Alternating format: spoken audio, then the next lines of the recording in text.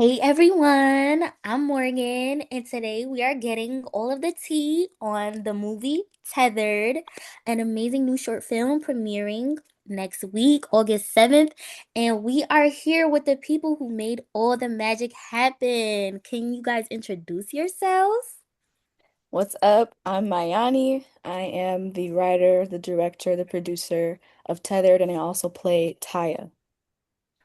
What's up, everybody? I'm Qeashaun. I play Dre. Y'all might not like me, but I still love y'all. They don't, and they don't. For good reason. You guys will figure out why when you guys tune into the movie next week, August 7th. But to start, Mayani, what is Tethered about and what inspired you to write this film? So, Tethered is basically a story of what it is to be stuck in a loop. It's manifested through a relationship between two people named Taya and Dre who've been together for a few years, and she has attached herself to the idea of what was once going on, where she was happy, and her attachment to that phase of her life is causing her to stick in an environment that is draining her and suffocating her spirit. Um, so regardless if it's a relationship or a situation or a thing, an addiction of some sort, everybody in some way is tethered to something. And so it's meant to be looked at through the lens of like just your personal experience. Everybody has a different like look or take on the movie. Some people are like, "Oh, I felt like I was Dre." I had a dude approach me the last time I screened. He was like, "Oh my God, I was Dre. I'm telling you, she left me. She never came back." I was like, "Dang, that's crazy." But I had a lot of Tyas approaching me too. So it's just, it's a story about choosing yourself and like what it takes to do that and the effects on you when you don't. It just came to my awareness one day and I wrote it at LAX. I was in my car actually when I got the idea. And the first thing I got for this film, I don't write in a linear fashion. So the thing that I first heard in my head was like, there's a man and a woman swimming in a pool. And I was like, oh my God, I gotta get my phone and write this down. What is that? And then I began to expand it like outwards. And then I finished it at LAX.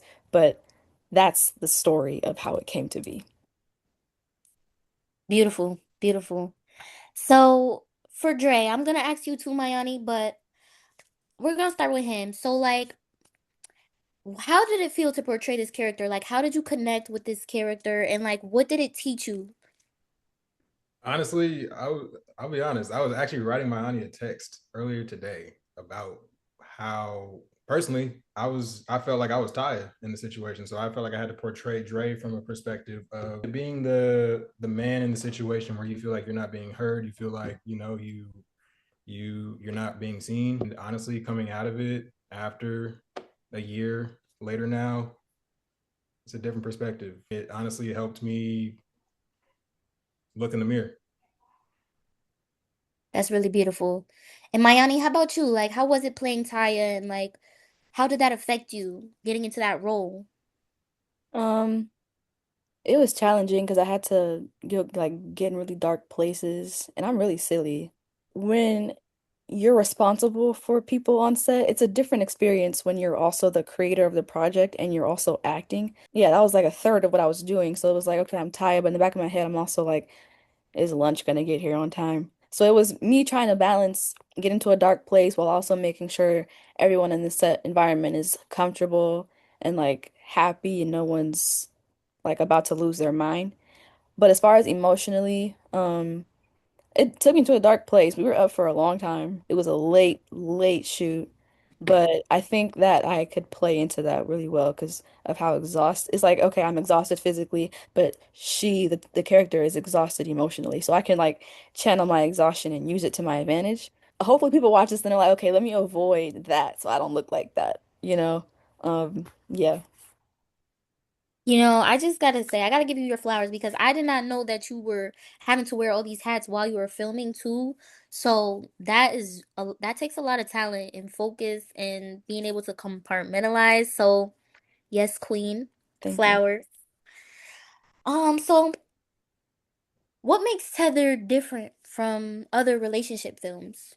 It it forces people to be accountable. You know, you watch a lot of films and it's just like toxic, like, oh, this forces people to look at themselves. Like, you look goofy. Like that's what the whole point is. Like look in the mirror. A lot of the audience members, whenever this screens, the audience they're so upset. He was there during the premiere. They were yelling. Don't go back. What are you doing? They were yelling at they were so upset. I was like, that's the point. I feel like you're rooting for this girl, like, oh my God. But the whole point is that's how you look. So you should be rooting for yourself. And the whole point is for everyone to see that and recognize where am I showing up in the way that maybe Taya is or Dre. Like whether it's I'm neglecting a friend or I'm like backstabbing somebody unconsciously or I'm keeping myself in situations that are making me backstab myself unconsciously. Um, and it's not a traditional, story where it's like happy-go-lucky, like happily ever after. I mean, it depends on your perspective, you know what I'm saying? But that's my answer. I think that's definitely what it leaves room for is people having to put themselves in their own shoes. Absolutely. We always look at it and try to give them the benefit of the doubt. That's the first thing we'll try to do most of the time. And 9 times out of 10, you're giving that person, I won't say 9 times out of 10, but you're giving that person the opportunity 9 times out of 10 to do the same damage that they just did. Yep. And it's meant to also leave room for conversation afterwards. Like, dang, dang, like let that sting for a little. Yeah, let that sit there. Definitely let it marinate. So, leading into that, from what you said, what conversations do you hope that the audience will have after watching this? I hope they ask themselves, why am I doing this to myself? Why am I so passionate about this girl choosing herself and I'm not doing the same for me? Where am I showing up in a way where I'm abandoning myself for the approval of others or to be understood or to make others happy? Or where am I holding on to an illusion of maybe potential? Because a lot of people, oh, the potential of somebody is what keeps people hooked. Like, no, no, no, trust me. We'll go back to the way, like in the film, he said, everything can go back to the way it used to be. Knowing damn well he don't have no intention of it going back to the way it used to be. Are you kidding me? So where am I like attaching myself to the past, a past story, which is affecting my present? But yeah, I hope even couples, I hope they look at each other like, bae, or am I? Do you ever feel tethered? Like, you know what I'm saying? So Yeah, no, definitely. I think every way you move, you are protecting yourself. You know what I mean? And sometimes I think in relationships, because of our past trauma, because of our own history, we move with caution. I think instead of moving with caution, we should move with examination. Um, Mm, because caution, you're moving with fear, and when you move with fear, it's not always the best thing to move with. Not always the best intention to move with. never. And Morgan, I want to ask you, like, what was your takeaway? Because I think you watched, like, I think you were one of the first people that I had watched this. So I think I remember your. I want you to tell me, like, what was your initial reaction, or like, what did you feel?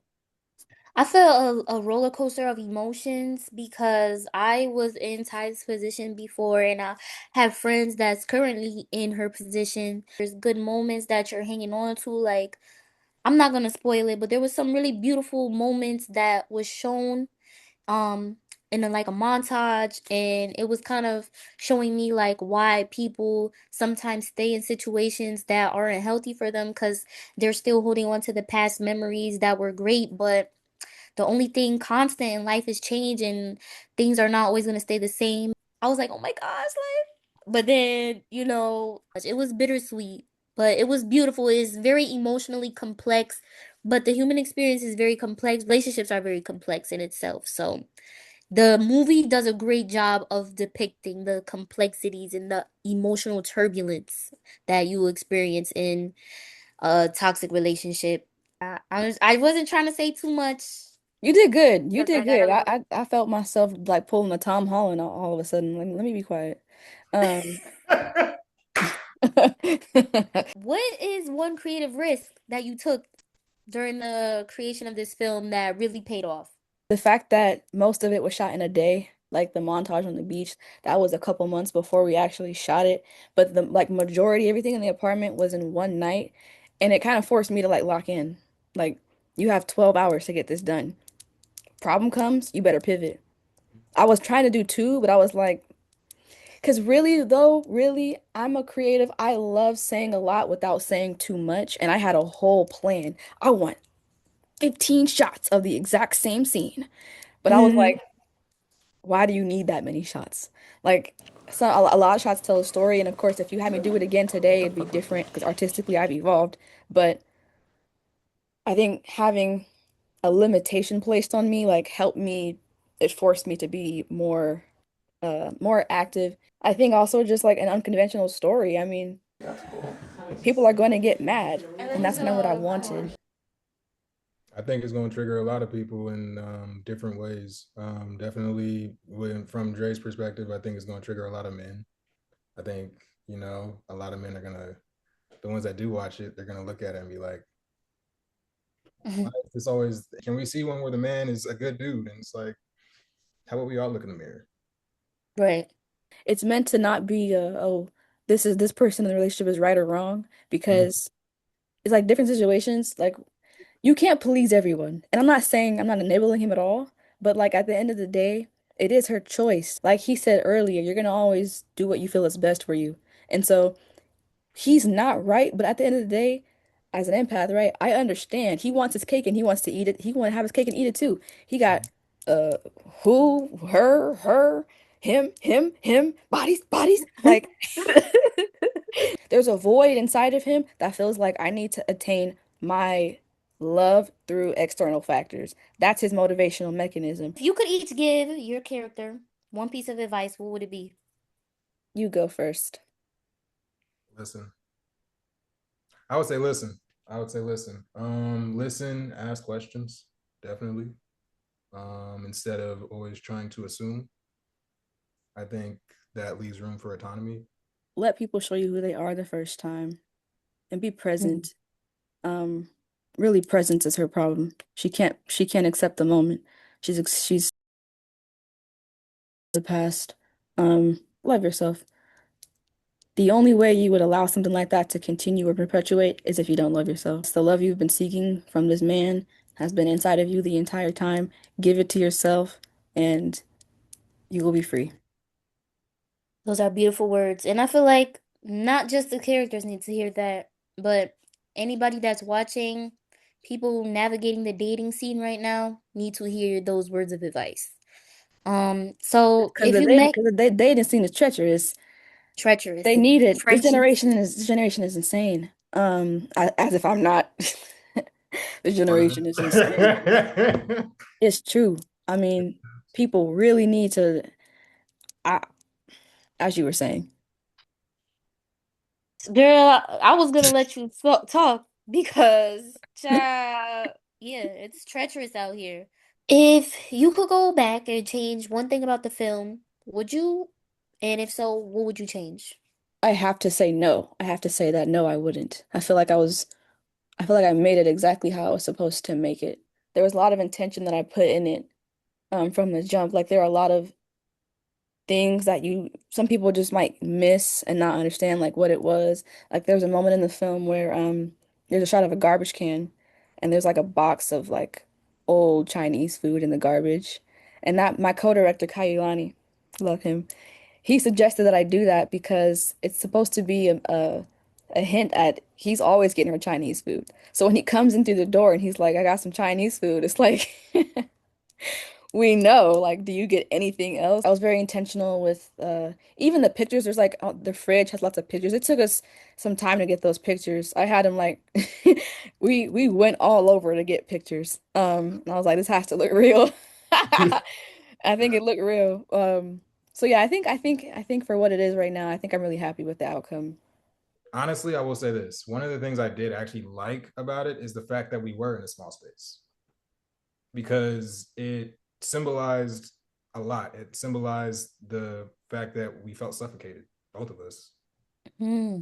We had to really be in that presence with each other. We really had to feel that energy. I'm tired of this shit. Both of us were. You know what I mean? So both of our On characters, set, on set, and in the story. yes. And so it was like, Like you said, Morgan, like the human experience is so complex, like the human psyche so complex. Like, how is it that I could keep myself in a place where I'm literally dying? Why? If you could describe Tethered in one word, what would it be? Mirror.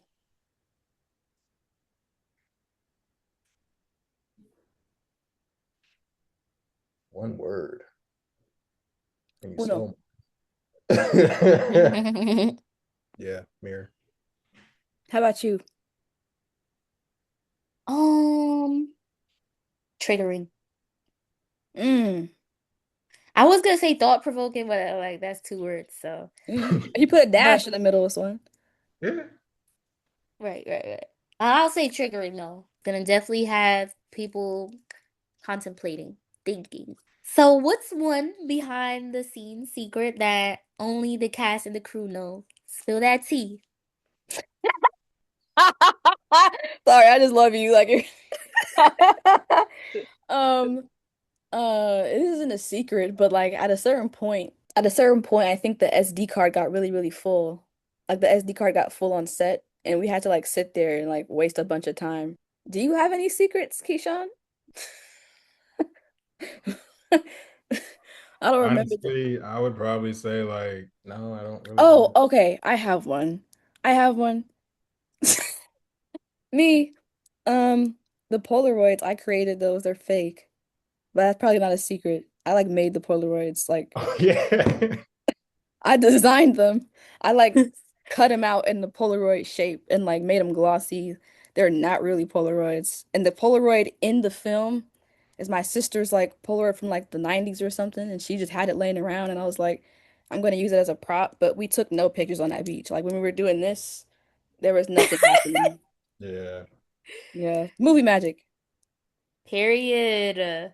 I had people like approaching me like with theories and stuff after it was over. They were like, "So tell me, at the end, was I was like, they were like, That was very true. Like the first showing, they were doing that, and I was like, uh, they were asking about a part two. oh, really? Nobody asked me that. I heard people. Somebody said, "Is there gonna be a part two?" I'm like, what? No, I mean the part two is you. You're the part two, so you got to finish the story. That's yep. Rewrite your I ending. get better. What was one of the best parts about playing your character and the worst part? Can I go first? Yes, you can. Okay, so the best part and the worst part are actually the same thing. It forced me to look in the mirror, and at the same time, it also forced me to look at every relationship in my life.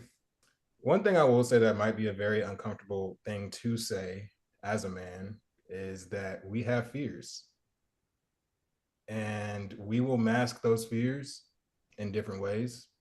And we sometimes know, sometimes we don't know. And the reasons we don't know is because we are afraid to look in the mirror. We're afraid to see ourselves for who we really are. We're afraid to see ourselves for our flaws. We're afraid to work on what we need to work on because we feel like we are all knowing when we're not. We Word, love the accountability. word. You know what I'm saying? And to all the masculines watching out there, sit down. Just sit down and be quiet and just listen to your head. Like this, just like meditate. Like just once. I think the best part about it, honestly, I love a good challenge. I'm a comedic person. You know that though. I am so unserious. I'm serious and like I'm very philosophical when I need to be, but I'm also very dualistic. After people watch that, they were like, Mayani, like, you are dark. Like, did you do that to like people thought that that was me for real. They were like, you went through that, didn't you? Or you're really dark as a person. I had someone tell me they said you're really dark. Your movies just make everyone sad. I'm like, trust me, like that's just to get me out of the box. You know what I'm saying? I gotta start off showing everybody like I can do more than comedy. So worst part about it, I had to go to a dark, dark, dark place to get those emotions out. I look in the mirror every day. So it didn't force me to look in the mirror. That's why I wrote it. It came from my own head. And I had to clarify, hey guys. This woman's a genius. Yeah, I'm not an airhead. There's I a method to the madness. There is a method to the madness, and people also really hated you in the second showing. You weren't there, Keyshawn, but they were really upset. Um, oh, I love writing villains and having people like get cast as them, and then everyone projects. What would you guys say happened? No, actually, don't say that. Say that.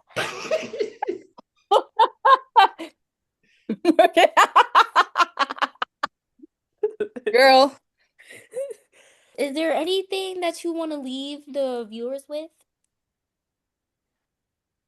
I just feel like everything I write, I feel like art itself is just meant to be interpretive. Find what parts of the film relate to you.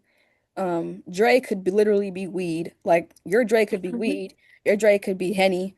Your Dre could be your mom. Meditate on it. Like be really present in the story and like just ask yourself questions like, would I do that? Did I do that? Have I done that? Am I doing that? And be real. And also share it with a friend that you know is also in the same situation. Take your power back, guys. It's time. I'm tired. Stop. I honestly think that this story is going to do a lot for our generation as a whole. I think it's going to allow a lot of us to just look at situations in our life, look at Dre's ties, all both of them, and there's a piece you can pull from both, and you can relate to in your life in some way. I'm definitely interested to see how people react to it, the comments. I'm gonna be tuned into the premiere August Yay! 7th. August I'm gonna be 7th. reading them comments. Definitely wanna see how other people interpret it as well and sharing the emotional experience. Beautiful. Yeah, guys, this was such a great interview. I really appreciate you guys taking out the time to speak with me. And I know the audience is going to love this film. You guys did a great job with the acting, Chef's Kiss. And I look forward to seeing more projects. Do you guys have any upcoming projects that we should be on the lookout for? The Craft, Encrypted, Hot Introspection, Two Done, just to name a few. Uh, Generational Run. I'm going on Generational Run the rest of the year, so this is just the beginning of a snowball for me. Let's Stay tuned. go. Stay tuned. That's all I Yeah, can say. he can't say too much. I can't say too much, but stay tuned. But we appreciate you guys. Thank Thank you guys so you. much.